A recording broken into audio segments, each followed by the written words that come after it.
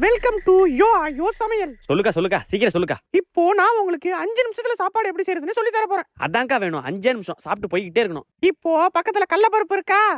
இருக்கு. அந்த கடலப்பருப்பு எடுத்து 5 மணி நேரம் ஊற போடுங்க. எக்கோ என்ன நீ 5 நிமிஷத்துல சமைக்கலாம்னு சொல்லிட்டு பருப்பே 5 மணி நேரம் ஊற போட சொல்ற? சரி பயப்பட வேணாம். அப்போ நம்ம வீட்ல உள்ள பொருள் வச்சு சமைக்கலாம். அப்படி சொல்லுக்கா. இப்போ எண்ணெய் சட்டி எடுத்து அடுப்புல வைங்க.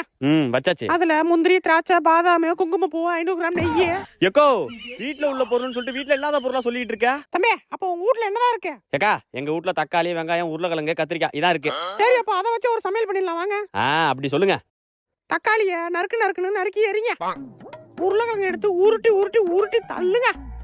வெங்காயத்தை எடுத்து வேற மாதிரி நறுக்குங்க. கத்திரிக்காவை சும்மா கதற விடுங்க.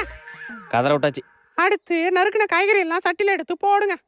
போட்டாச்சு. அதுல தேவையான அளவு எண்ணெயை ஊத்துங்க. தேவையான அளவு போடணுமா? தேவையான அளவு உப்பு கொஞ்சம் போடுங்க. எக்கோ தேவையான அளவு என்னன்னு தெரியாம தான் நானே வீடியோ பார்த்து சமைக்கிறேன். இப்பயும் தேவையான அளவுன்னு சொன்னா எப்படிக்கா? ஒழுங்கா 1 ஸ்பூனா 2 ஸ்பூனான்னு சொல்லுக்கா. அது தெரியாம தானே தேவையான அளவுன்னு சொல்றது. சரி விடு, உனக்கு ஈஸியா சாப்பிடுற மாதிரி நான் இப்ப சொல்றேன். சொல்லுக்கா. மூடிட்டு போய் ஹோட்டல்ல சாப்பிடுறா பண்ணாட.